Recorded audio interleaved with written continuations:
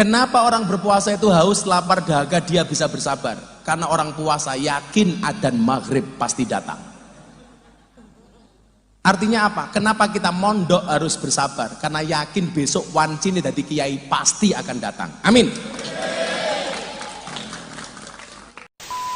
Assalamualaikum warahmatullahi wabarakatuh.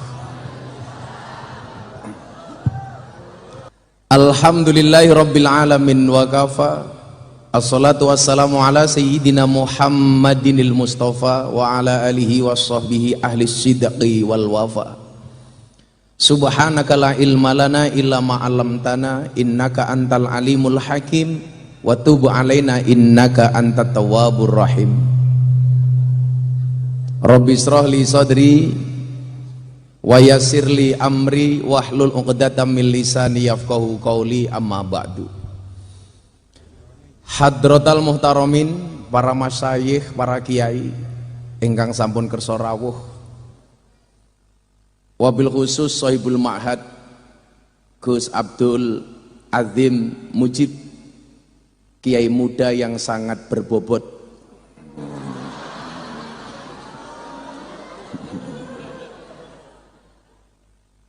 Walaupun saya tidak pernah mengatakan gemuk, karena ada teori 100 kg di bumi itu sama dengan 30 kg di Mars.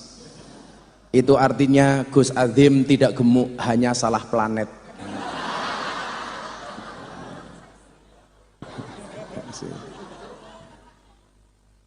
Cuman saya selaku senior sering menasihati beliau, tolong jangan gemuk-gemuk. Karena ada penelitian secara medis, cowok yang perutnya besar biasanya burungnya kecil.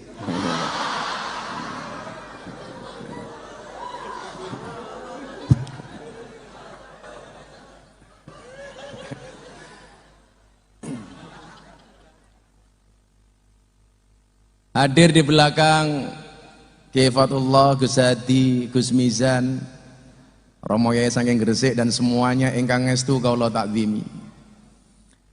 Yang saya hormati dan terhormat Bapak Wakil Gubernur Gus Emil Dadakan,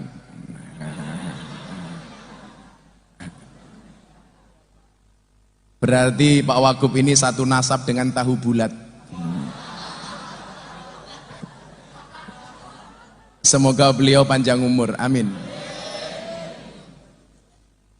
Dan panitia pembawa degan,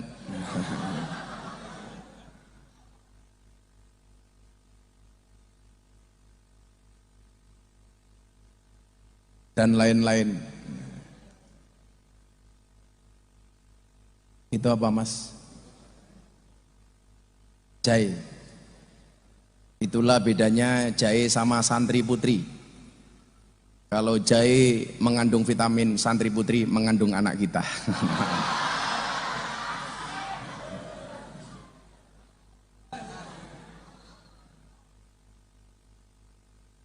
Berlebaran dengan baju baru. Hai warga Lamongan, I love you.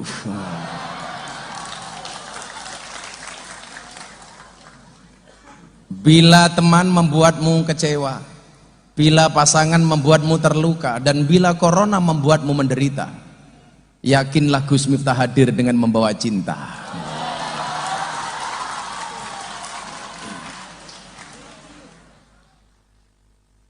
Tapi bohong. Sungguh berbahagia kiranya malam hari ini saya telah berhasil memprovokasi Gus Azim untuk menggelar acara malam hari ini. Beliau minta waktu sejak sebelum Ramadan pas saya syuting sahur bareng Gus Miftah di JTV. Gus, mbok pondok kula jenengan dugeni, jenengan rawuhi, memberikan motivasi kepada para santri. Tapi nggak niku Gus, nggak ada anggaran.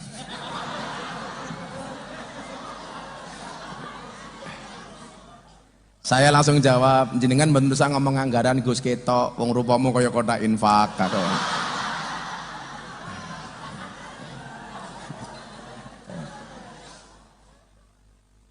Maka saya sowan ini niatnya adalah sebagaimana disampaikan oleh Ibnu Athaillah, la tashab man la yunhiduka haluhu wa la yadulluka 'alallahi maqaluhu. Janganlah bersahabat dengan orang yang tingkahnya tidak membuat kamu giat dan rajin, dan perkataannya tidak membuat kamu dekat dengan Tuhan, dengan Allah. Maka saya niatkan untuk mencari sahabat. Apa bedanya teman, pacar, dan sahabat? Teman adalah 1000 orang yang datang di saat kamu senang. Pacar adalah 1 orang yang membuat kamu melupakan 1000 orang.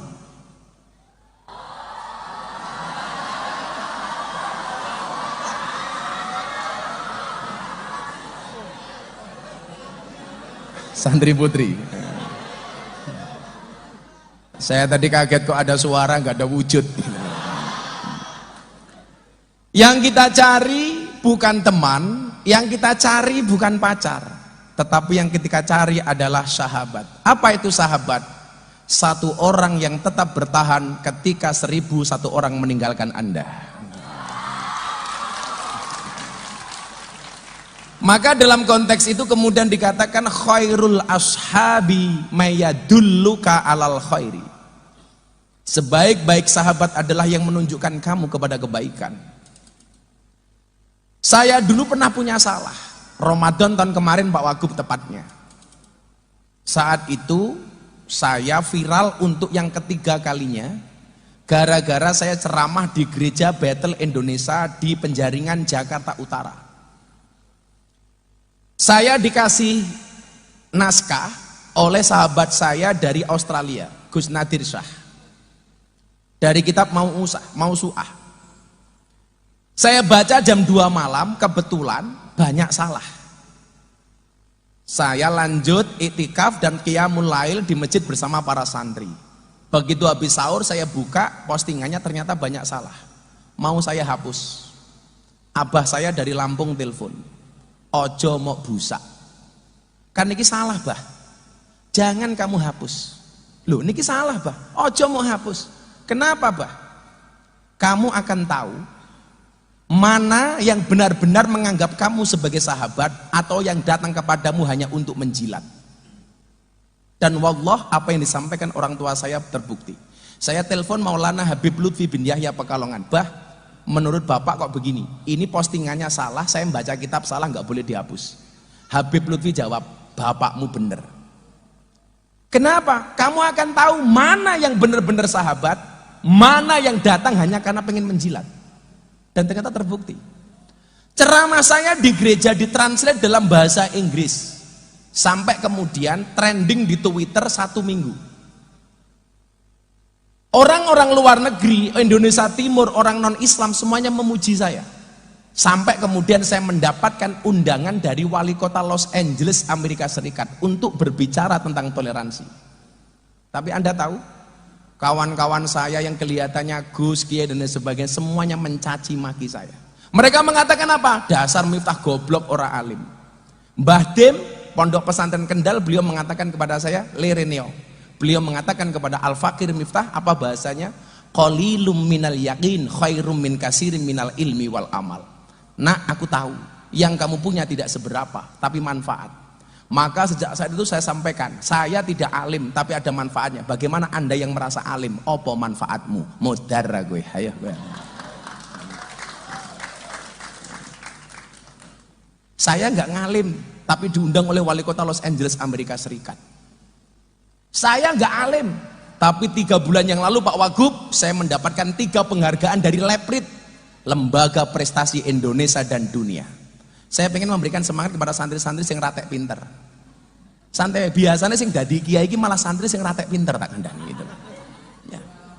Saya dulu satu kelas di pondok 40 orang, yang nggak pernah ngaji cuman saya.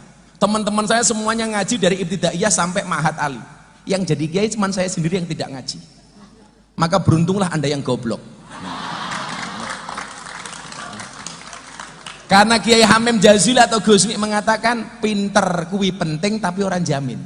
Gusmi yang bilang pinter ngalim kuwi penting tapi orang jamin. Saya 3 bulan yang lalu Pak mendapatkan 3 penghargaan dari Leprit. Yang pertama, Penghargaan dari Lembaga Prestasi Indonesia dan Dunia atas prestasi saya apa? Menjual belangkon termahal di dunia. Saya sumbangkan untuk Muktamar NU di Lampung. Saya bikin belangkon 90.000, saya lelang laku berapa? 900 juta. Saya sumbangkan untuk NU. Coba Anda bayangkan, belangkonnya saja 900 juta, apalagi sarungnya. Oh.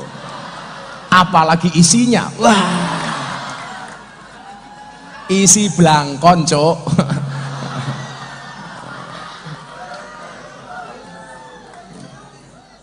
Belangkon. Saya jadi ingat sebuah makalah yang mengatakan begini, kulla syai'in idza kasura rahusa illal adaba. Segala sesuatu kalau jumlahnya banyak pasti murah kecuali adab. Makanya kalau kamu pengen mahal gampang, jadilah yang sedikit. Kiai itu banyak, Pak, tapi yang mampu ngurusi lokalisasi nggak banyak, hanya Miftah. Karena nggak ada yang mampu ngurusi lokalisasi dan klub malam, hanya saya sendiri, maka Miftah ini sedikit. Kalau sedikit berarti langka. Kalau langka antik. Kalau antik mahal harganya. Saking mahalnya Darul Fikih nggak ada anggaran.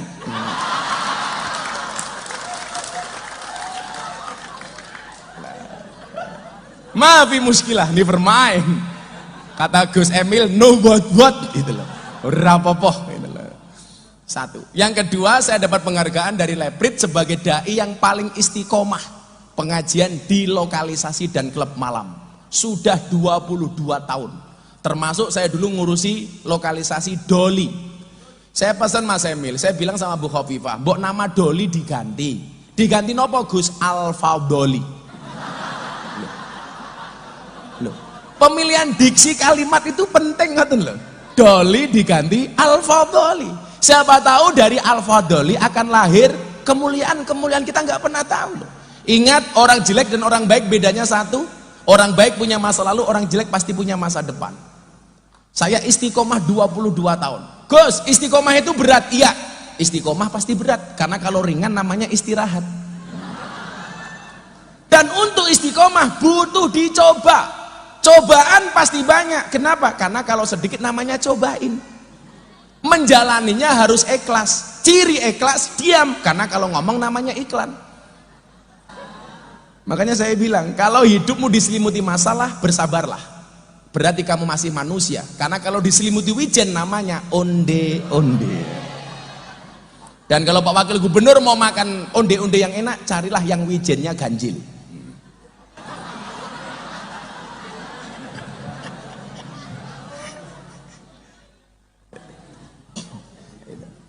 Makanya kenapa dulu saya di Doli itu Pak Wagub, saya dikasih julukan Presiden Para Pendosa. Makanya sekarang kenapa banyak di jalan mobil, truk, bis ada tulisan Gus Miftah Presiden Para Pendosa. Karena begitu care-nya saya terhadap ahli maksiat. Saya sering mengatakan jangan pernah menghina pendosa seolah-olah kamu tidak pernah berbuat dosa. Pada akhirnya surga itu akan ditempati oleh ahli maksiat yang mau bertobat. Bukan orang yang sok suci, namun pada akhirnya tersesat. 22 tahun. Saya itu pernah Pak Wagub ngaji di Doli malam hari. Anak-anak klub malam dengar saya siang sudah di Surabaya. Saya ditelepon, Gus, mau mampir ke klub malam kami. Klub malam itu puskesmas, pusat kesenangan mas-mas. Karena di situ banyak mbak-mbak namanya purel, perempuan rela diusel-usel.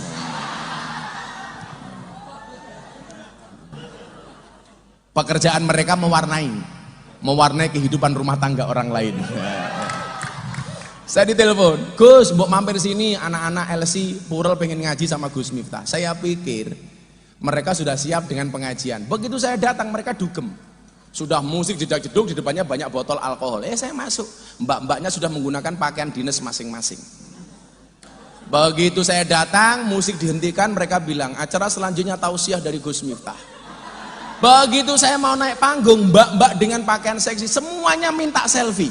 Ya Allah, saya bingung. Ndelok dhuwur susu, ngisor pupu. Aduh. Itulah alasan kenapa saya selalu pakai kacamata hitam. Supaya apa? Kalau ngelirik nggak kelihatan.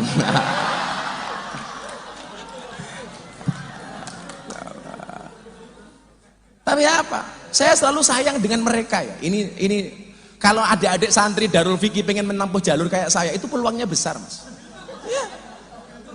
Kobil tuh ya, saya ijazahkan ya. Bagaimana tidak? Coba Anda lihat dalam Al-Quran bagaimana kemudian Allah menunjukkan rasa sayangnya kepada para pendosa. Allah mengatakan apa dalam Al-Quran? Qul ya ibadiyalladzina asrafu ala anfusihim la taqnatu mir rahmatillah. Innallaha yaghfirudz dzunuba jami'a innahu huwal ghafurur rahim.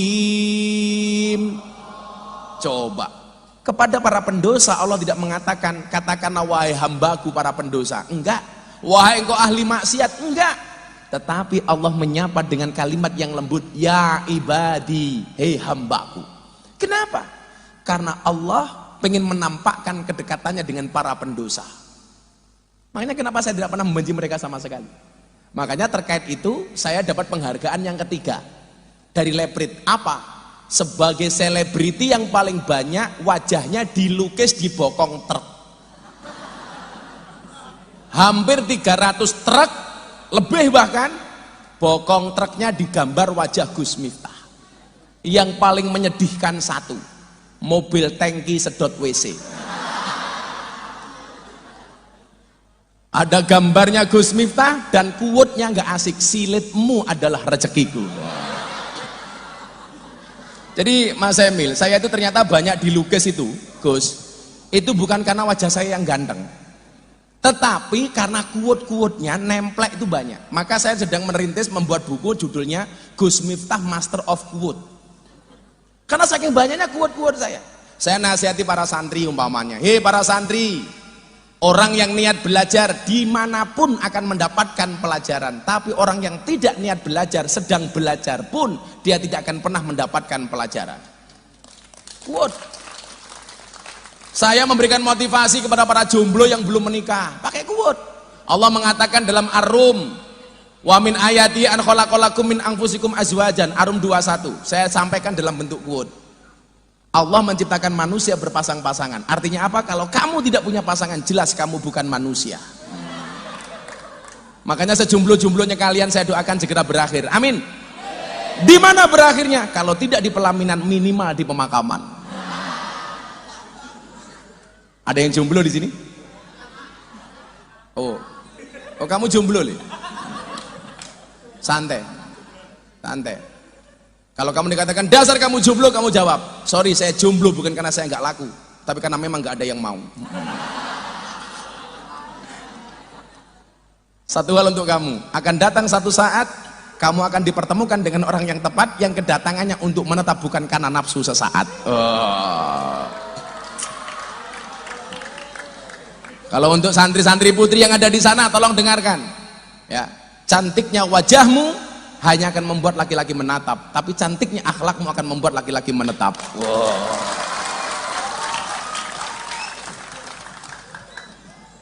Untuk para pendosa saya kasih banyak quote, bahkan janda itu loh saya bisa jadi quote, karena hidup itu memang indah bila disertai dengan janda dan tawa.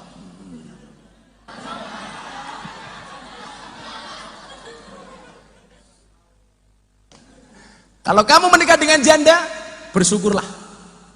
Karena minimal janda itu jujur, sudah tidak gadis lagi. Daripada kamu nikah dengan gadis tapi rasa janda. Ih, menjijikkan. Dulu amalan-amalan NO seperti tahlilan, manakipan, istighosahan dihina sama orang-orang Wahabi. Saya buat quote dan paling viral sampai hari ini. Ada truk gambarnya Gus Miftah, apa quote-nya? Cukup Rokib dan Atid yang menilai amalku, cangkemmu rausah melu. Kamu minta quote apa? Mesti ana kabeh aku. Master of quote. Kamu senang dengan santri putri, katakan sama Allah, bila kamu rindu dengannya jangan kamu sebut namanya, tapi sebutlah nama Tuhan yang menggenggam hatinya. Di pondok saya itu sebeh matamu sebeh. Di pondok saya itu santri kalau malam HP-nya kan tak sita, Mbak. Kadang-kadang chattingnya antara santri putra dan santri putri itu belum dihapus. Jadi lucu-lucu itu. Ada santri putra ngerayu santri putri, "Dek, mau nggak kamu saya halalkan?" Sing wedok jawab, "Sorry Mas, saya bukan babi."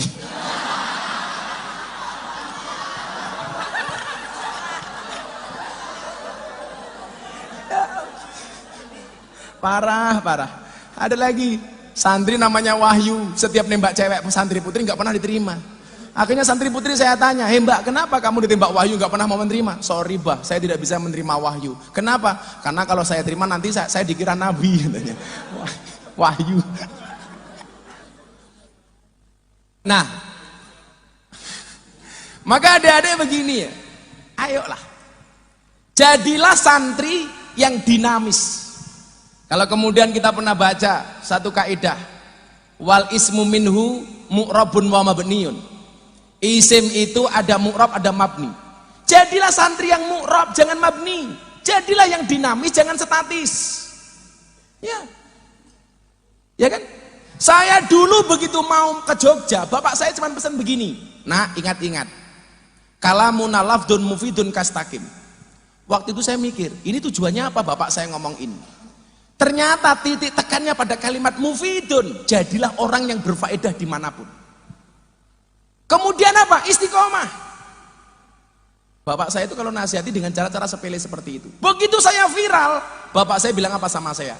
Lirraf'i wan nasbi wajarrin nasolah ka'aribina fa inna nanilnal minah. Ini apa lagi bapak saya bilang? Tapi ini menarik bagi saya gitu loh. Begitu saya berangkat ke Jogja dengan segala keterbatasannya tahun 99. Beliau bilang, iling-iling ngomongannya bapak, kalamun lafdun mufidun kastakim.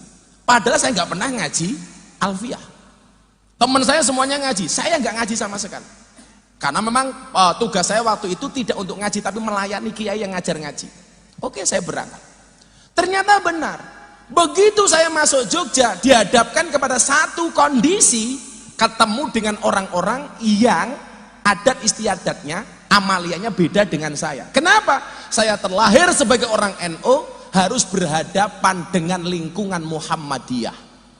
Kebetulan saya menjadi James Bond, jaga masjid dan kebon.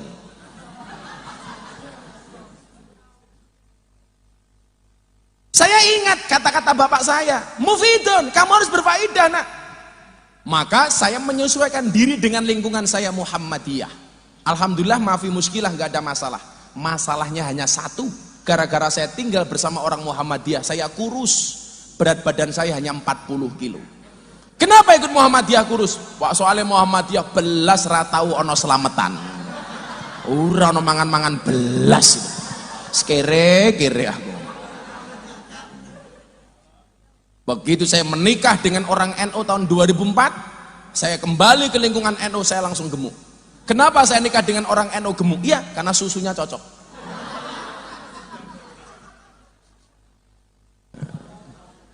Begitu saya tinggal di lingkungan orang NU, saya tambah gemuk. Kenapa? Karena orang NU dikit-dikit makan. Yasinan makan, tahlilan makan, solawatan makan, manakipan makan, istighosahan makan. Tetangganya sakit minta didoakan, makan. Sing loro mati, mangan meneh. Pitung dino. Mila Gus Adem lemu ki lumrah gitu loh. NU tenan gitu loh. NU nyel kok itu. Tapi yang perlu diingat adalah cewek itu lebih suka dengan cowok kurus dibandingkan cowok gemuk. Kenapa lebih suka dengan cowok kurus? Jelas makan saja nggak tambah, apalagi pasangan. Iya. Tapi kalau cewek seksi tidak akan pernah disukai sama laki-laki. Laki-laki lebih suka dengan cewek yang gemuk dibandingkan cewek yang seksi. Kenapa? Jawabannya sederhana, karena cewek seksi hanya fokus kepada penampilan, tidak pernah fokus kepada perasaan. Ya. Santai saja dok, cantik itu dari 3 hal. Dari sananya, dari dananya, dan dari letak kameranya. Makanya orang-orang yang gemuk kalau foto biasanya posenya miring. Set. Kenapa? Biar perutnya tidak kelihatan. Lah jenengan duwe bojo lemu Kang, wah bersyukurlah. bojomu mau keloni 30 menit sikilmu kram tak. Nah, Jogja. Wah.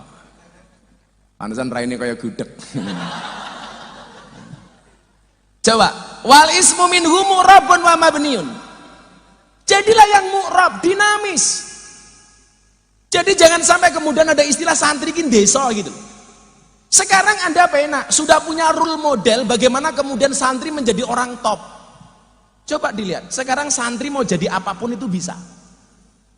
Santri bisa jadi presiden, Gus Dur. Siapa yang menyangka Gus Dur jadi presiden? Dulu Gus Dur zaman Orde Baru dimusuhi sama Orde Baru. Bahkan kalau rapat dengan kiai-kiai diawasi dengan intelijen. Sampai satu ketika Gus Dur rapat dengan para kiai diawasi intelijen. Gus Dur bilang, para kiai kita diawasi intelijen. Mulai saat ini kita ngomong pakai bahasa Arab. Akhirnya intelijennya pulang ditanya sama komandannya, hei intelijen, apa tadi yang dibahas Gus Dur dan kiai-kiai? Santai komandan, Gus Dur dan para kiai hanya saling mendoakan.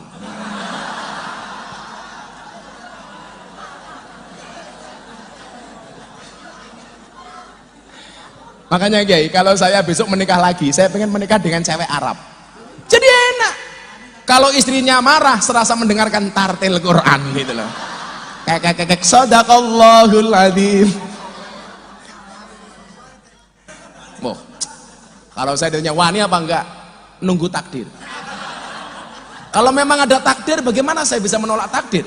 Kalau tidak ada takdir, insya Allah saya menciptakan takdir saya sendiri gitu. Tapi enggak lah. Saya dengan Mas Emil ini sama. Kita laki-laki setia. Karena saya punya prinsip, lelaki yang hebat bukan lelaki yang mencintai banyak wanita, tetapi mencintai satu wanita dengan banyak cara. Oh. Kenapa saya ngomong demikian? Karena direkam kamera. Bahaya Pak, wong wedok kerungu ngerti ini. Jenengan harus paham ya. Cewek itu kalau disakiti nggak pernah lupa, tapi kalau menyakiti nggak pernah ingat. Itulah perempuan. Betul? Dan cewek itu ahli sejarah. Sekali Anda punya kesalahan seumur hidup, ingat terus itu. Wongnya ya teko iki. Ya melu guyu gitu loh. Jilbabe ya pink gitu. Sing jilbabe ireng insyaallah nggih. Luweh parah.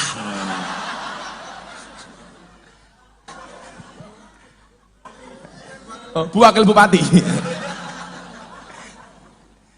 Sugeng dalu Bu. Ya tak? Perempuan tuh kalau disakiti nggak pernah lupa, kalau menyakiti nggak pernah salah. Apa mana Ibu Wakil Bupati walah. Luwih parah mana ini. Shallu ala Nabi Muhammad. Jadi kita harus dinamis. Santri bisa menjadi apapun, bisa jadi presiden, contohnya Gus Dur. Santri bisa menjadi wakil presiden, Kiai Ma'ruf. Santri bisa menjadi gubernur, Bu Khofifah. Menjadi wakil gubernur, Gus Emil. Mau apa coba? Santri bisa menjadi menteri, banyak. Santri bisa menjadi kiai kaya, Kiai Asep, Sugih. Santri bisa menjadi kiai viral. Siapa? Terima kasih, terima kasih. Loh, dadi kiai dhewe kuwi beda-beda. Kan Nabi mengatakan al ulama'u warasatul anbiya, bukan al ulama'u warasati. Ulama itu pewarisnya para nabi. Al ulama alladzina hum warasatul anbiya, bukan warasati. Karena Kanjeng Nabi tahu kiai-kiai itu mempunyai spesifikasi masing-masing. Mempunyai kelebihan dan maziyah masing-masing, betul nggak? Iya kan? Jadi jangan kemudian semuanya harus alim, enggak. Pak Wagub, nah ngersake tindak monggo lho Pak Wagub. Nggih. Kalau ngerti kula marifat kok. Niki monggo. Sakti ini. Nggih. Saya pamit dulu. Monggo, ampun supe ninggali Gus Adim nggih.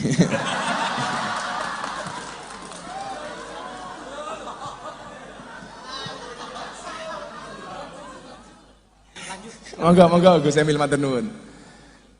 Mikire Wagupe kiai ini dancuk.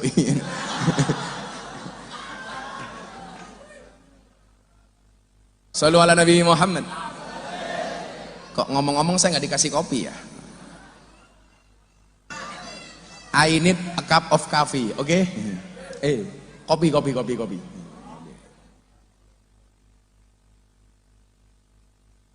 Malah ning kene kaya iklan iki. Nangkape Po Winter kaya mantan copet.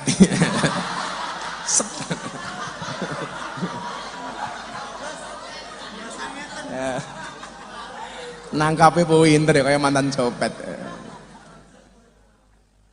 Hanya santai saja, kita ngomong sampai sahur insya Allah ya. Melalui YouTube masing-masing. Pokoknya cintaku padamu seperti bis sumber kencono.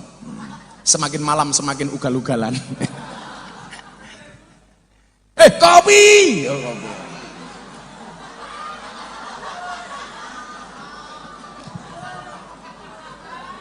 Ngaji ramplopan rano kopi.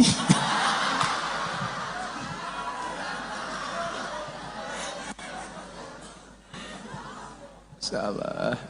Shallu ala Nabi Muhammad. Ayo, adik-adik selawatan dulu aja ya. Ngomong Ramadan ya. Ayo, kerja.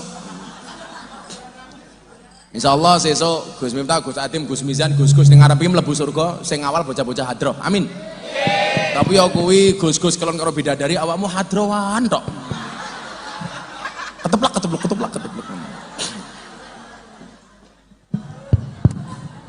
Ya. Ngapa lampune pateni barang? Ayo selawatan. Minta lagu apa? Lagu baru apa lagu lama? Oh, lagu baru belum jadi. Apa? Lagu lawas sampai selali aku. Lagu apa mintanya? Mendung tanpa udan? Ditinggal Rabi? Lost Doll?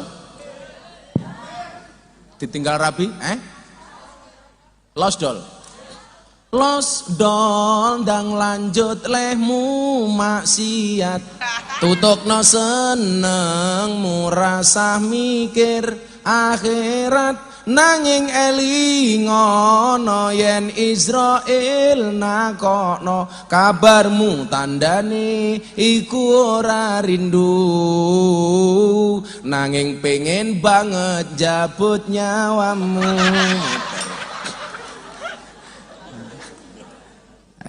Aku lagu apa iso? Kowe lagu apa kowe?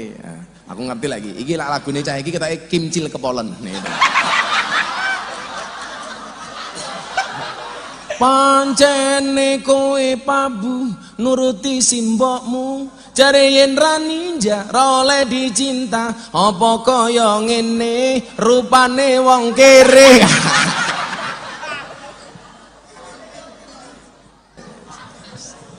Santai le.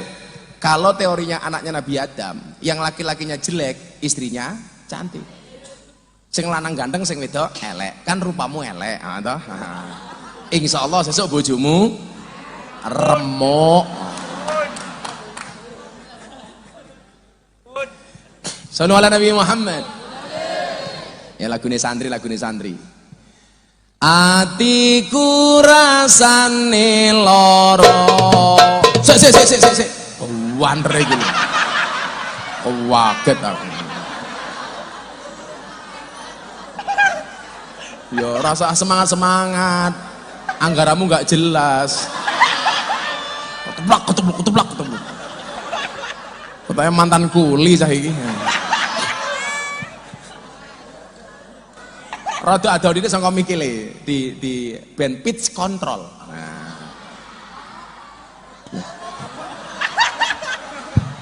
Suwe-suwe mbaknya tak rabi loh kayaknya. Mbak-mbak tahu kenapa kopinya pahit? Karena manisnya kamu habiskan. Tapi bohong. Ya Allah sangit deh.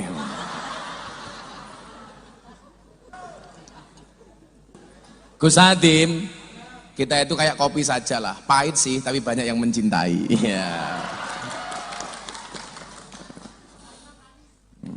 Kopi itu pahit, ya kan, warnanya hitam. Tapi kadang-kadang yang hitam lebih menyenangkan daripada yang putih. Buktinya apa? Tai lalat lebih menyenangkan daripada panu.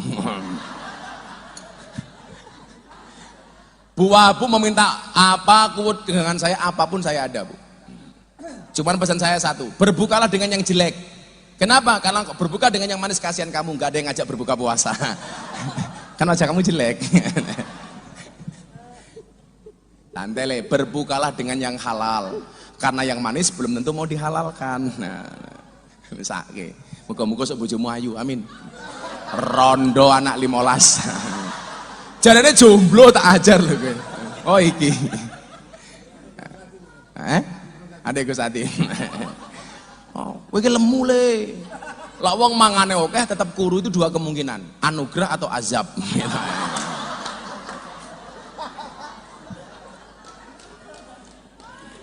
Ya Allah. Shallu ala Nabi Muhammad. Tadi ulangi itu.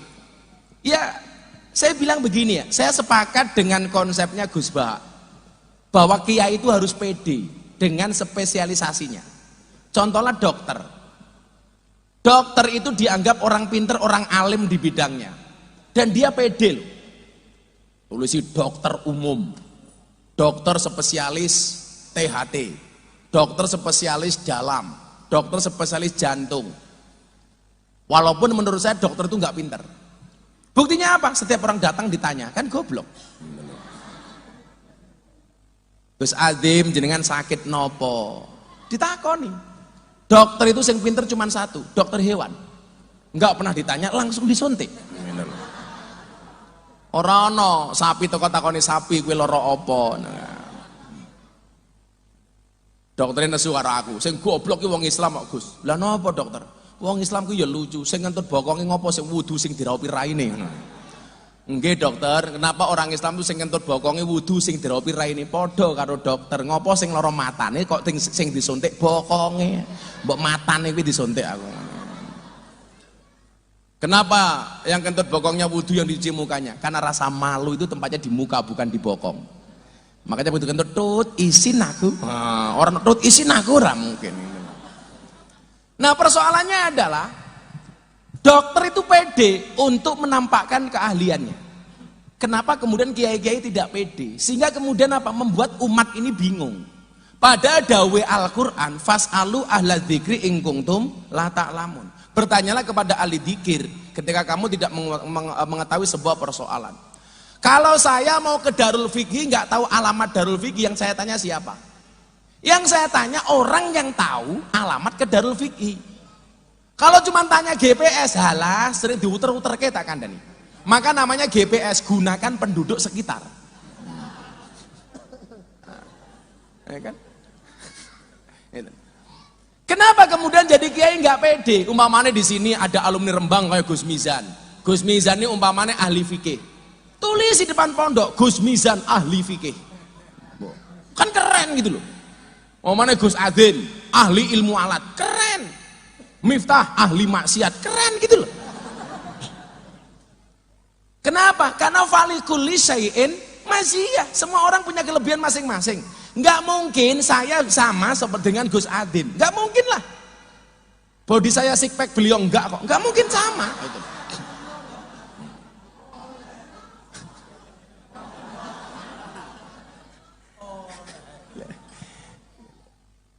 Nggak mungkin. Karena semuanya, bahkan begini. Nabi itu kan jumlahnya 124.000 nabi. Hadis ini sahih. Riwayat Imam Ahmad dan Baihaqi. Menurut Syekh Albani sahih. Nah, 124.000 nabi. Kiai alladzina hum warasatul anbiya. Berarti lah kiai warisannya beda-beda iki lah ya lumrah to. Umpamane ana nabi dadi raja, Daud, Sulaiman. Ana kiai dadi raja, Gus Dur. Ana nabi sugih, Nabi Sulaiman. Begitu mudhun ning kiai, Kiai sugih, Yusuf Mansur. Duitnya dari mana gitu. Tapi tolonglah beliau jangan diejek. Bagaimanapun juga beliau punya kelebihan.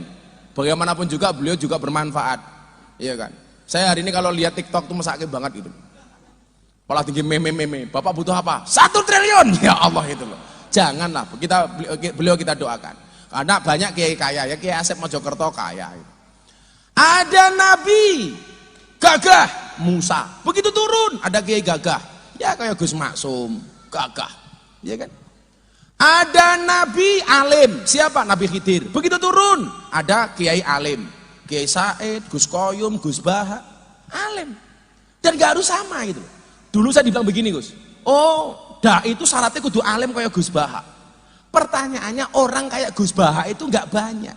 Sementara medan dakwah itu begitu luas. Kalau harus nunggu alim seperti Gus Baha baru dakwah, berapa banyak ruang kosong dakwah yang tidak bisa kita masuki? Kan begitu persoalannya. Kalau kemudian banyak santri seperti Gus Baha, wah aku leren ngaji, aku tenang. Silahkan yang alim-alim itu. Maka kemudian saya punya prinsip. Prinsip saya apa?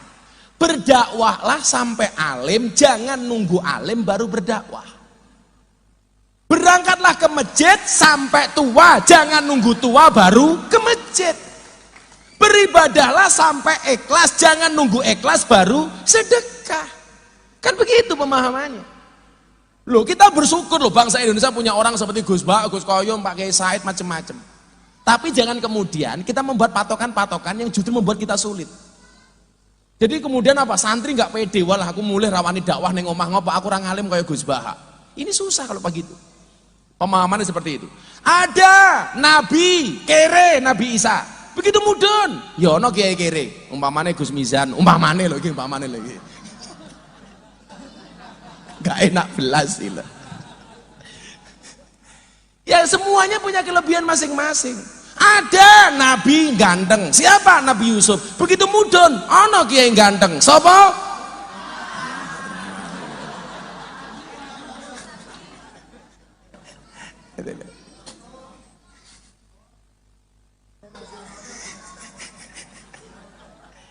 Jadi falikuli saya maziyah. Maka disitulah kemudian ayo bahwa kemudian kita dituntut santri untuk menjadi alim, berprosesnya iya. Makanya kalau saya begini kok, Allah itu kan mewajibkan kita untuk berusaha dan berikhtiar, tidak mewajibkan kita untuk sukses. Maka kemudian Ibnu Athaillah As-Sakandari membedakan antara harapan dan angan-angan. Mal farqu bainar roja wa tamanni. Ar-roja, kata Ibnu Athaillah, ar-roja ma qoronahu amalun. Satu keinginan yang disertai dengan ikhtiar amal dan perbuatan. Wa illa fahuwa umniyatun. Kalau punya keinginan tetapi tidak dieksekusi dengan ikhtiar dan perbuatan, itu artinya angan-angan, Bu. Kamu punya keinginan kaya tapi nggak pernah mau bekerja, gaweane turu, dodol ora gelem, kerja ora gelem, bisnis ora gelem, mung turu tok. Begitu tangi gawe status WA, akan indah pada waktunya. Itu namanya angan-angan apa harapan?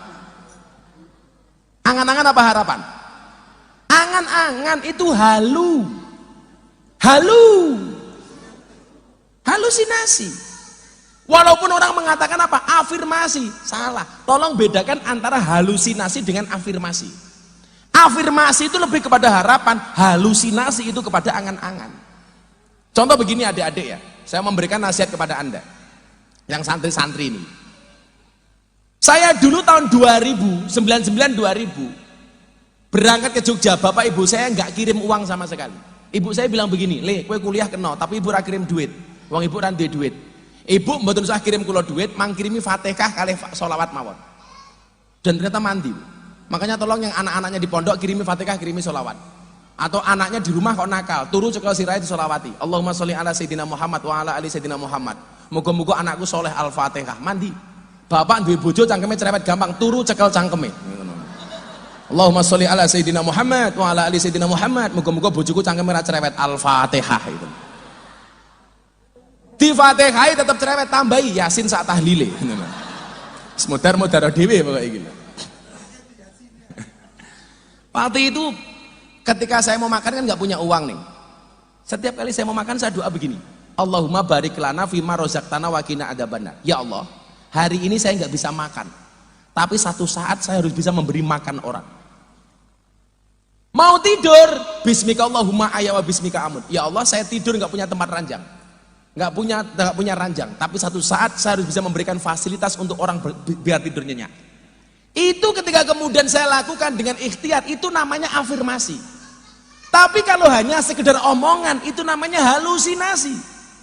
Maka kenapa saya katakan Anda dituntut untuk menjadi mu'rab, jangan mabni, dinamis, jangan statis. Kenapa? Karena masa depan seseorang itu seperti sekumpulan tempe. Artinya apa? Gak ada yang tahu.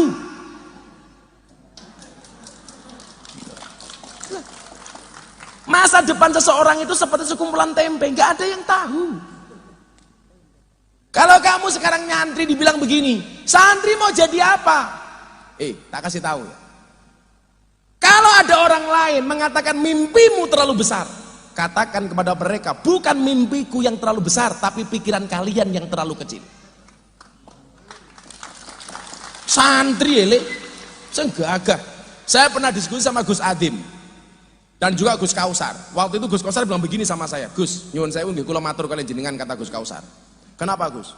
Konco-konco Gus yang dilihat dari Gus Miftah itu boys, borjuis, mewah dan lain sebagainya. Terus Gus Kausar jawabnya gimana?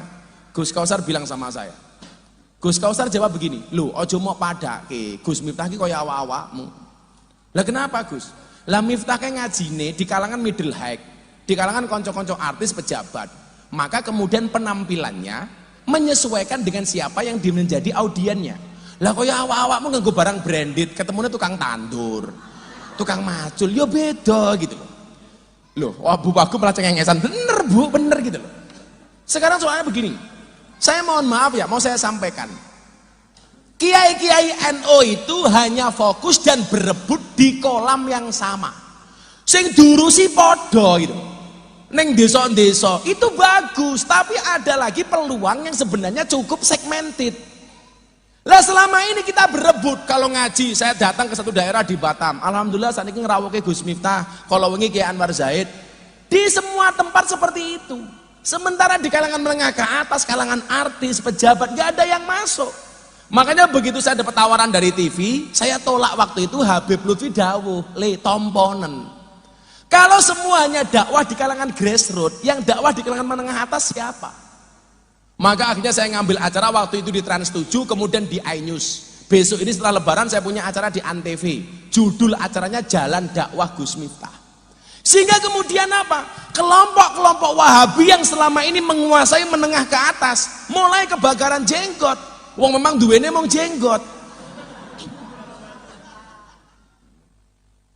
Makanya kalau kemarin saya dibully tentang wayang niku Gus, niku lumrah. Karena mereka cari cara bagaimana menjatuhkan saya. Coba dilihat sebelum peristiwa wayang itu. Rame soal pemakaman Dorce. Dorce minta dimakamkan secara perempuan. Teman-teman wartawan yang dicari siapa? Saya. Bagaimana pendapat Gus Miftah? Waktu itu rame viral karena saya menolak pemakaman Dorce dalam keadaan perempuan. Kenapa? Karena an-nasu yamutuna ala ma'asu. Manusia itu dimandikan sebagaimana dia dihidupkan. Dorce lahir laki-laki, mati harus laki-laki. Namanya Dedi Yuliadi Asyadi. Memangnya beda Gus? Yo beda toh. Niat sholat jenazah wae beda. Wong lanang isim isaroe hada, wong wedok hadihi. Jumlah lapisan kain kafan lanang karo wong wedok beda. Hukum warisane beda.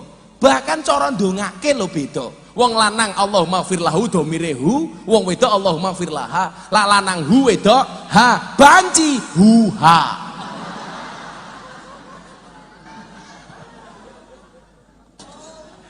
Lah kan kula kan kayak tadi pagi itu saya mau berangkat ke Jawa Timur, ning lampu merah banci lo ketemu saya histeris, Pak. Leboke kayak duit, leboke susu brojol. Bono Suzuki, ketoke susu bono kaos kaki. Dan saya itu di Jogja punya pengajian khusus para banci loh. Saya bilang segeralah kamu sholat di belakang imam sebelum kamu disolatkan di depan imam. Bedanya apa Gus? Beda. Di belakang imam namanya makmum, di depan imam namanya almarhum. Lawang lanang mati apa? Almarhum. Wong wedok mati almarhumah. Banci mati aluminium. Lah bahasane Gus Mizan ini Laura, lanang ora, wedok ora. Kalau di Thailand namanya lady boy, wajahnya lady, kakinya boy. Aku kayak ini banjir, jadi ngerti. Kayak kemarin mau Ramadan saya ditelepon, bah saya mau tobat selama bulan Ramadan. Alhamdulillah. Caranya gimana? Selama bulan Ramadan saya akan berjilbab. Matane, lanang jilbaban lah.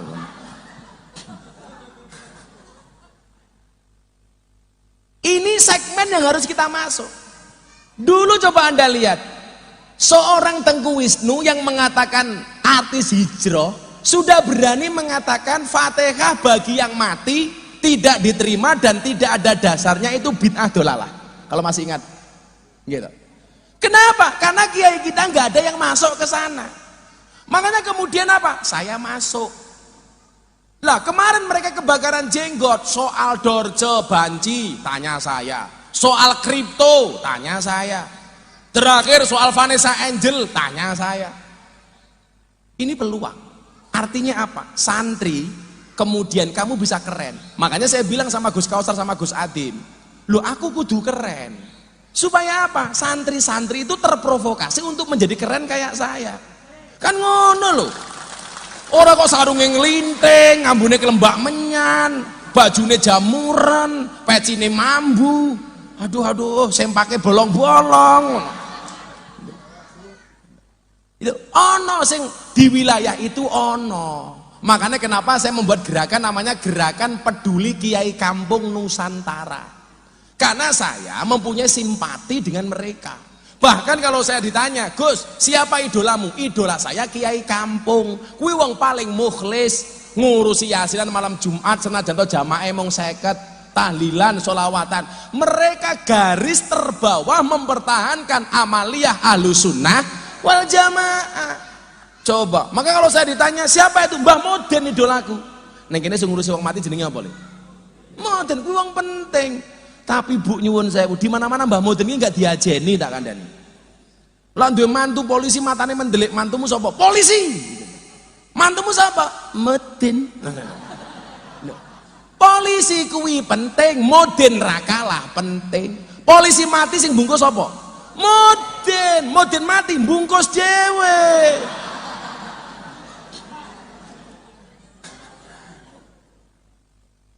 Kamu jangan semenang-menang sama Moden itu loh. Ada Moden di sini. Biasanya rupanya kayak Bandoso biasanya itu loh. Ya santri ya. Jadi falikul syai'im maziyah. Maka kemudian apa? Kamu jangan kemudian menjadi pesimis. Jadilah pribadi yang optimis. Apa bedanya optimis karo pesimis, Le? Optimis itu adalah melihat peluang dalam masalah. Sementara orang pesimis melihat masalah dalam peluang. Jadilah pribadi yang optimis. Memang abot. Dalam perjalanan karir saya, mohon maaf, saya itu viral 4 kali. Dan kata Deddy Corbuzier, kamu tuh gila. Viral kok bisa berulang. Viral pertama tahun 2018. Saya viral gara-gara sholawatan dan pengajian di klub malam di Bali. Bersama mbak-mbak seksi 500 orang. Sebenarnya nggak seksi, hanya salah kostum. Tahun 2019 viral lagi. Deddy Corbuzier masuk Islam 21 Juni 2019. Hampir semua grup WA isinya Gus Miftah karo Deddy Corbuzier. Tahun 2021 viral lagi. Ceramah di gereja. Saya dibantai habis. Tahun 2022 baru 2 bulan yang lalu viral lagi. Wayang. Saya posting di Instagram yang komentar 27.000. Semuanya mencaci maki saya. Sakit hati? Enggak. Kenapa? Karena komentarnya tidak pernah saya baca.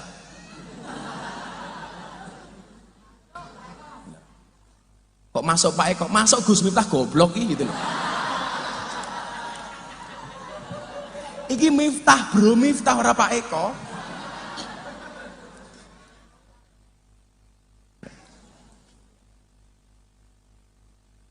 Untuk jadi besar itu butuh ditempa gitu.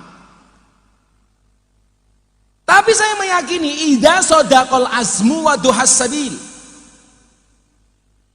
Where there is will, there is way. Mungkin bahasanya kita balik. Where there is will, there are ways. Di mana ada kemauan, di situ pasti banyak jalan. Maka apa? Anak-anak santri, bermimpilah dalam hidup, jangan hidup dalam mimpi. Wis angel meneh kuwi. Bermimpilah dalam hidup, jangan hidup dalam mimpi. Kalau ada orang menertawakanmu dengan kegagalanmu, maka satu saat kamu harus bisa menertawakan mereka dengan kesuksesanmu. Lu apa kira abot, Le? Aku cerita karo Gus Mizan karo Gus Adim ya, dengan Gus-gus yang lain, kayak Fatullah macam-macam. Tahun 2018 aku viral, kuwi dilebokke grup WA Asparagus DIY Jawa Tengah. 3 bulan setelah saya dimasukkan ke grup, saya ditokke saka grup. Bahasanya apa? Miftah tidak pantas bersama grup-grup para Gus. Orang kok kurang ganteng, mereka kalah ganteng sama saya. Kepolen tak kandani itu. 2019 begitu saya viral lagi, saya dimasukkan ke grup itu lagi. Akhirnya saya bilang, mohon maaf saya tidak pantas di grup yang terhormat, mohon izin saya mengeluarkan diri dari grup ini. Emangnya penting aku kurang kafah. Bener ya, kurang kafah. Pokoknya udkhulu fi silmi kafah, karena lah masuk separuh-separuh kira enak. Mau atau bu? Gitu. Utak murung nyanda. Koyo anakku takon, abah, kenapa surga itu terletak di bawah kaki ibu? Bocah 5 tahun aja. Takon kenapa surga itu terletak di bawah kaki ibu?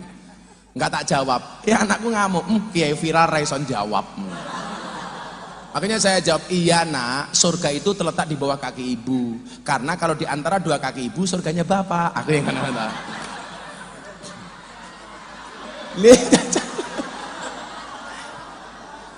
Ngono kuwi anakku jek jawab kok ning.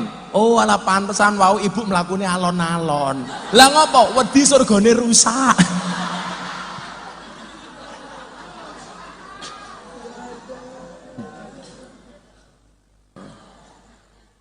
Coba. Tapi saya itu bersyukur begini ya Bapak Ibu, adik-adik ya. Ndelalah dari dulu hati saya itu ta'alluq dengan ulama-ulama besar. Dulu saya punya guru di Blitar, namanya Syekh Yusuf Yasin. Kiai Yasin, lah sing sepo-sepo mesti ngerti lah nih. Niku macan panggungnya Jawa Timur. Jenenge Mbah Yasin Blitar. Allah yarham. Niku wong luar biasa nih. Kula umur 5 tahun, kali abah kula niku diajak sowan Mbah Yasin. Sekitar tahun 1986 atau 87. Kula sowan. Turun dari panggung, sirah kula niku dilus-lus kali Mbah Yasin. Mila niki nyuwun sewu nggih, lak ketemu kiai kon ngelus sirah anakmu. Sing wingi repot kula teng teng Riau. Mudhun panggung ana wong meteng 20 jejer. Niki napa? Pengen wetenge dilus Gus Miftah. Aduh. Danco aku. Mumet das kok.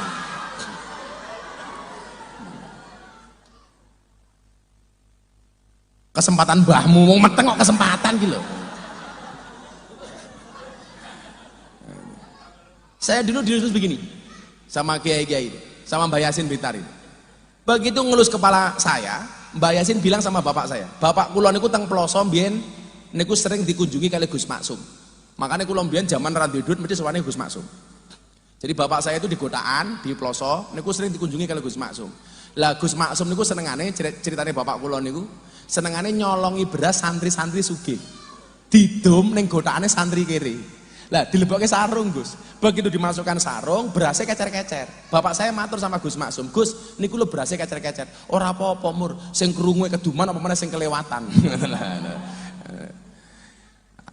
Ceritane ngeten. Zaman kula dilus-lus niki nyuwun sewu. Mbah Yasin niki ngendikan ngeten, Pak Mur, manggil bapak saya. Bapak saya namanya Muhammad Muradi. Pak Mur, anak musuh iki cangkeme dadi. Itu, saya masih ingat betul. Anak musuh iki cangkeme dadi. Kiai-kiai sepuh sok do seneng karo bocah iki. Tapi lak sing nanggung-nanggung ora. Kula mbaten kok nanggung-nanggung ki apa? Dan qadarullah coba. Kula niku ndelalah kalih kiai-kiai sepuh niku. Kula cedak. Maulana Habib Lutfi bin Yahya, Mbah Dim Kendal, almarhum Yaidin Ploso, Yaidah. Kula niku mbiyen kali Mbah Mun niku mboten tek cedak. Tapi 2-3 hari sebelum beliau meninggal dunia di Mekah, pas malam bodoh kurang 3 dino, kemudian beliau berangkat haji. Kula tahu cerita kali Gus Mizan nih. Kula di video call sama asisten beliau. Begitu saya angkat, di layar HP saya itu Mbah Mun. Saya langsung nangis, langsung ngomong. Mbah Mun waktu itu dawuh napa sama saya. Ini saya posting di Instagram waktu itu. Jadi lebaran terakhir Mbah Mun di Indonesia 3 hari sebelum lebaran beliau video call saya. Beliau mengatakan begini, "Le, nggonmu ngaji ning night club kuwi terusno, ora apa-apa. Ora akeh sing iso kaya awakmu." Saya ingat betul. Nomor loro. Sekarang kamu ngaji isinya tentang wawasan kebangsaan saja. Namun niku lebaran ke-7 Mbah Mun ngutus santri ke pondok saya. Saya dikasih serban, sandal sama parfumnya Mbah Mun. Begitu mendengar beliau mau berangkat haji, saya langsung ngurus visa untuk berangkat haji. Delalah nggak keluar. Delalah nggak keluar. Kulo waktu itu mikir begini, kenapa kok saya dikasih? Padahal saya nggak begitu deket-deket banget dengan beliau. Ati kulo cedak mergo kulo muhibin. Sopo sing mboten pengen cedak kali Mbah Mun? Kok sing diwenehi kulo? Dan ternyata benar ini jadi fitnah. Dipikir kulo njaluk, dipikir kulo ngemis, dipikir melo kulo balik ke Gus Yasin. Gus, kulo anten warisan saking simbah kok dadi fitnah. Kulo balik ke teng jenengan. Gus Yasin jawab, "Ojo Gus, kuwi hake jenengan. Aku nyekseni barang kuwi diwenehi awakmu." Mbah Dem Kendal, masyhur nih. Suatu ketika Gus Alam putrane WA kula, "Gus Miftah, jenengan saged tindak teng Kendal mboten?" Kula telepon, "Wonten dawuh napa, Gus?" Gus Alam nangis. "Kok jenengan malah nangis niku pripun?" "Sakit mboten tindak mriki. Abah niku sakit, Abah Dem yatim maksudnya. Sudah 2 minggu nggak keluar dari kamar, mboten kersa dahar, nggak mau diinfus, nggak mau ke rumah sakit." Lah hubungannya kali kula napa? Abah niku ben dinten nonton YouTube jenengan. Sopo ngerti dawe ibu jenengan tindak mriki dadi tombone Abah. Tanpa berpikir panjang semua acara saya cancel, saya berangkat.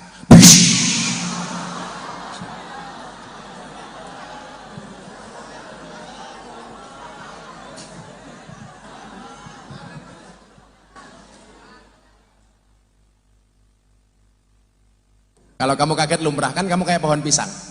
Apa itu? Punya jantung tapi nggak punya hati. Saya berangkat sampai sana nyuwun sewu. Sebelum saya sampai sana, Gus Alam matur kali Mbah Dim, "Bah, Gus Miftah badhe sowan mriki." "Miftah sapa le?" "Miftah YouTube, Bah." Mbah Dim itu langsung kerso pindah dari kamar ke ruang tamu. Setelah 14 hari keluar. Saya sampai sana jam 5 lebih sedikit. Kebetulan saya pas puasa Daud. Alhamdulillah sampai hari ini saya masih Daud, termasuk bulan Ramadan.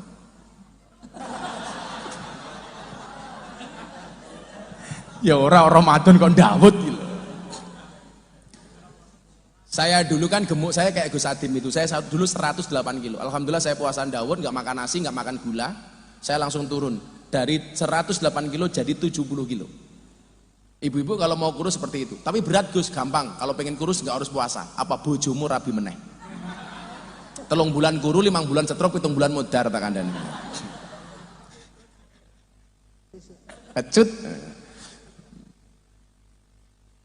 Saya sampai sana Gus, nyuwun sewu. Saya sungkem Mbah Dem itu nangis. Badannya panasnya 40 derajat lebih. Pundak beliau dipegangin sama 2 putranya, kakinya dipegangin, semuanya dipijeti. Kula nangis. Ya Allah, keluarga udah kumpul semua itu. Mbah Dim kok sampai seperti ini sakitnya. Allahu Akbar, adzan maghrib. Bunyai Dim dawuh, "Guse mbok buka riyin." "Oh nggih." Kula matur kali Mbah Dim, "Abah, kula purun buka. Menawi Abah kersa dahar." Jadi bocah-bocah iki tolong ajar basa Jawa lho. Jangan sampai kamu membosokke awakmu dhewe. Contoh begini, kula badhe mirsani, kuwi wis salah. Kula ningali jenengan mirsani, kula budal jenengan tindak. Dadi lan jenengan sowan Gus Adim, kula badhe tindak teng ngene Gus Adim. Kuwi berarti awakmu mbahasake awakmu dhewe. Tindak itu untuk orang lain, lawake dhewe bidal. Kula maem jenengan dahar, kula turu jenengan micek. Sare ngene lho. Ngene lho. Kadang-kadang bocah Jawa iki mbahasake awake dhewe, kula badhe tindak ngene Gus Adim. Kuwi lak cara tata basa kramane kuwi wis salah. Kula badhe sowan Gus Adim. Kula mriki sowan, ora kok Miftah kula badhe ngrawuhi acarane Gus Adim. Jenengan rawuh kula sowan. Ngoten. Lah bocah-bocah Jawa saya kira ngerti bahasa Jawa ya Gus gitu. Padahal bahasa Jawa ini bahasa paling sugih sak donya. Miloke bahasa Jawane ora ana bahasa Arabe apa bahasa Indonesiane. Bahasa Arabe mangan ki mung siji akala ya guru. Bahasa Jawane mbok 10 ya ana. Dahar, nedi, mangan. Urung-urung badok ya alon-alon. Cangkemmu kasar.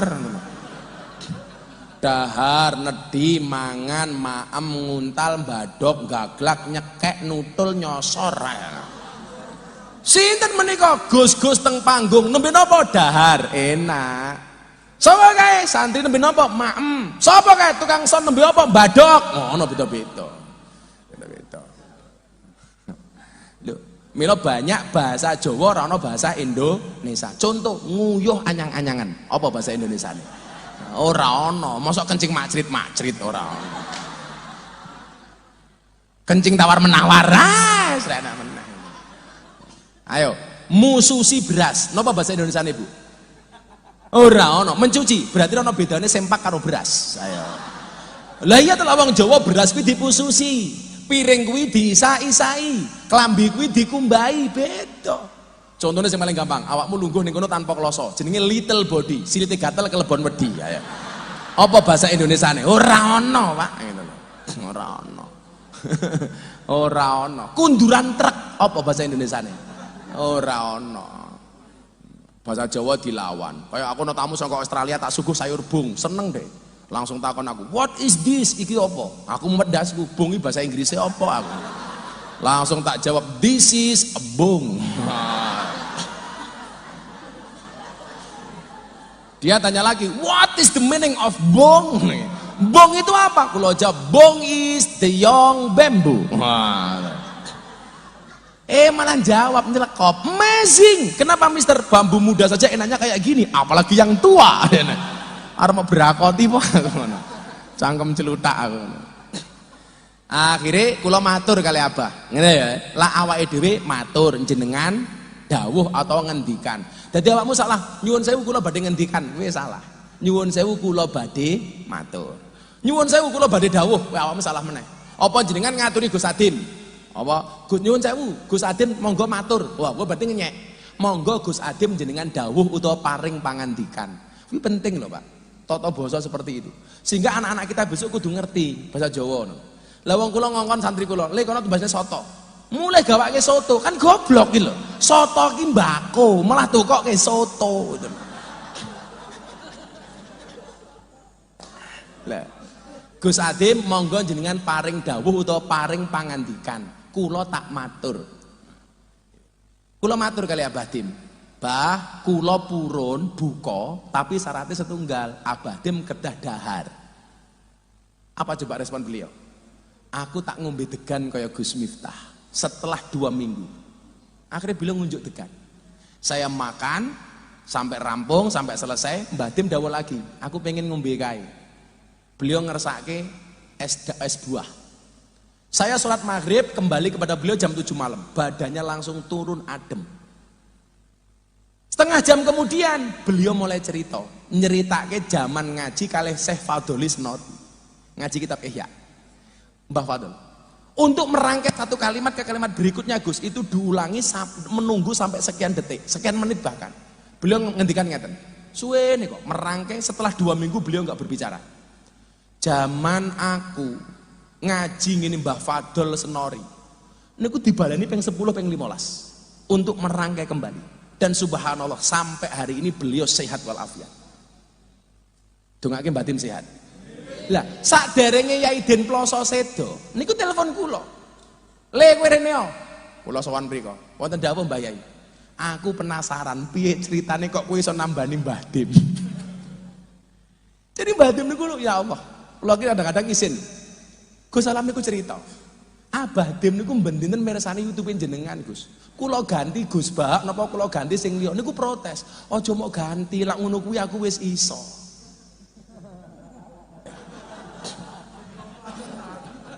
Sing bosok ini malah penting ngoten lho. Lah kula niku sak janjane nyuwun sewu, ngaji niku ora kudu misuh, tapi malah wong penasaran. Kula ngaji kaule Mbah Wahab Asbullah teng Tambak Beras. Kula ngaji 40 menit. Mbah Yai Said Agil ngaji 10 menit, Kiai Mustamar ngaji 7 menit. Pak Mustafa Akil 7 menit. Kula ngaji 40 menit, enten Pak Jokowi, enten Bu Megawati. Kula bertahan belas orang misuh. Rampung ngaji diparani kalau Kiai Hasib. Gus, kula gelo kalih jenengan. Lah napa Ki? Mosok ngaji meh sak jam mok belas orang misuh. Lah kepiye iki aku? Kiai Hasib. Mosok ngaji meh sak jam mok belas orang misuh gitu. Dancuk aku.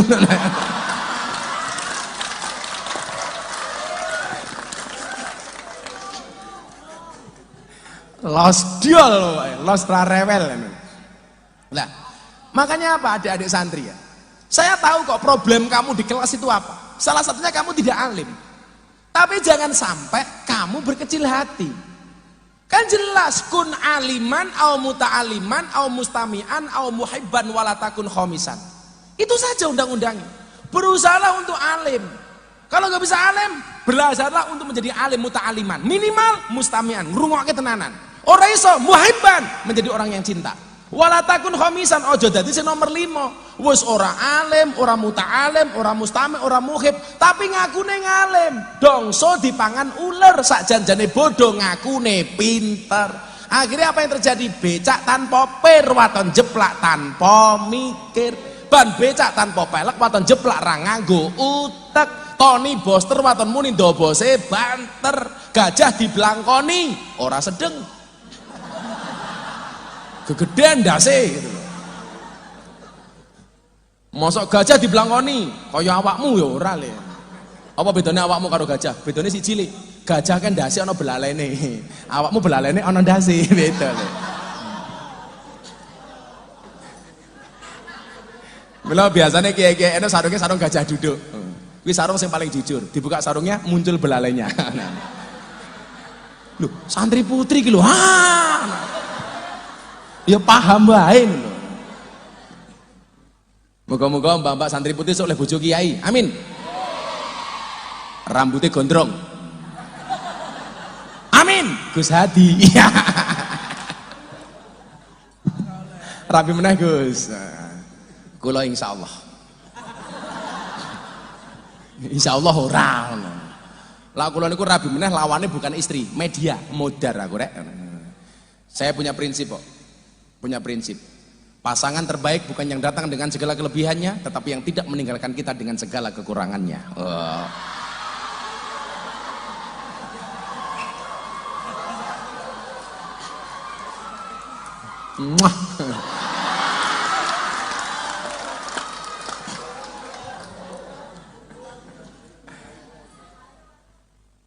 Maka apa? Ayo dari santri, ini momentum Ramadan, insya Allah man aslaha akhiratahu fa aslahallahu dunyahu.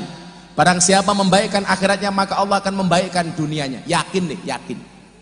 Insya Allah semuanya akan menjadi orang besar. Amin. Sholli wa sallim daiman ala mada.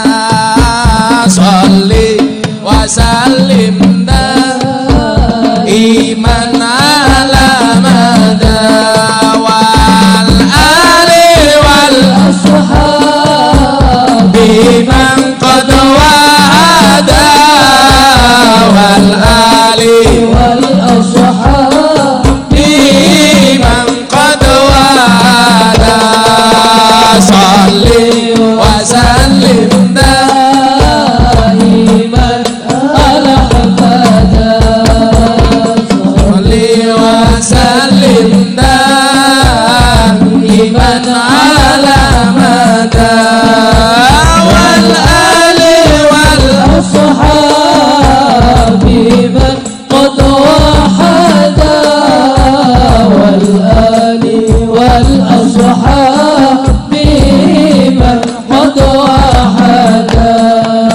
saben malam Jumat ahli kubur mulih nang omah kanggo njaluk donga wacan Quran najan sakalimah.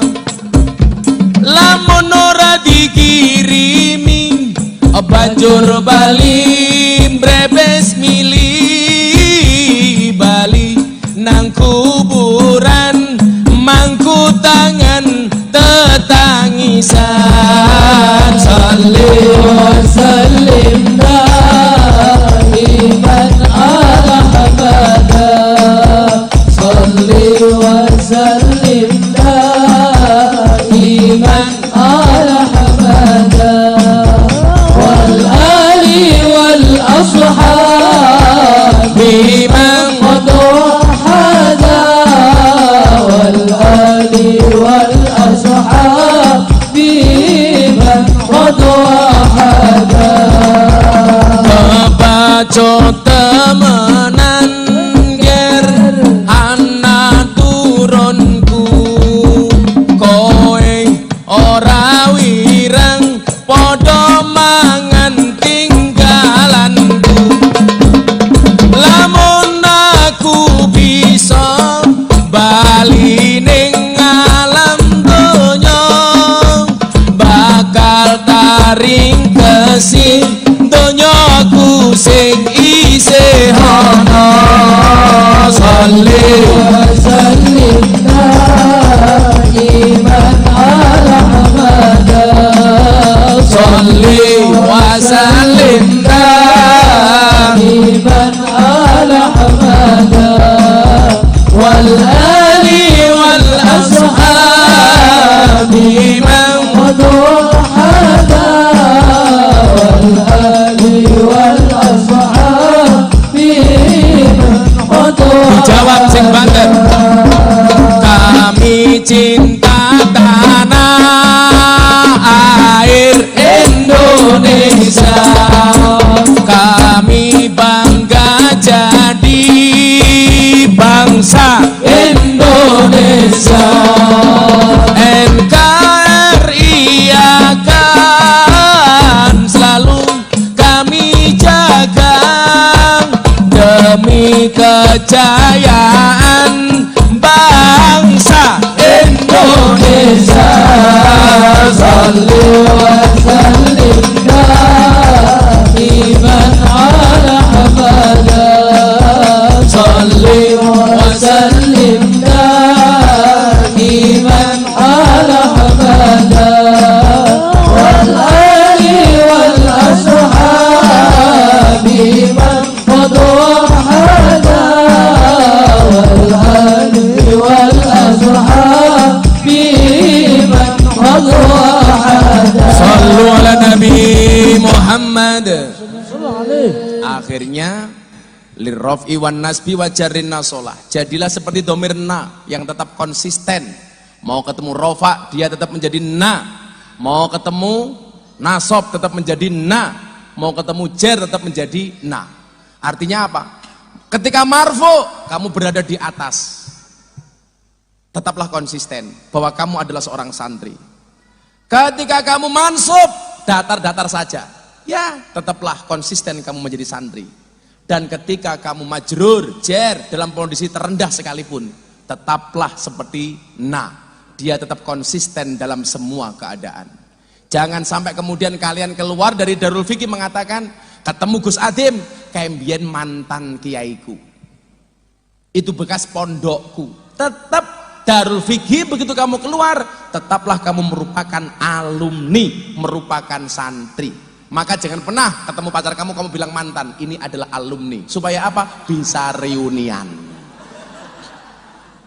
Kamu tahu kenapa move on itu berat? Ya, move on itu berat karena dari SD sampai perguruan tinggi yang dipelajari hanya mengingat dan menghafal, bukan melupakan. Iya. Move on itu pilihan, gagal move on itu cobaan, pura-pura move on pencitraan. Ya. Sampun jam 2:30, sampun wancinipun sahur.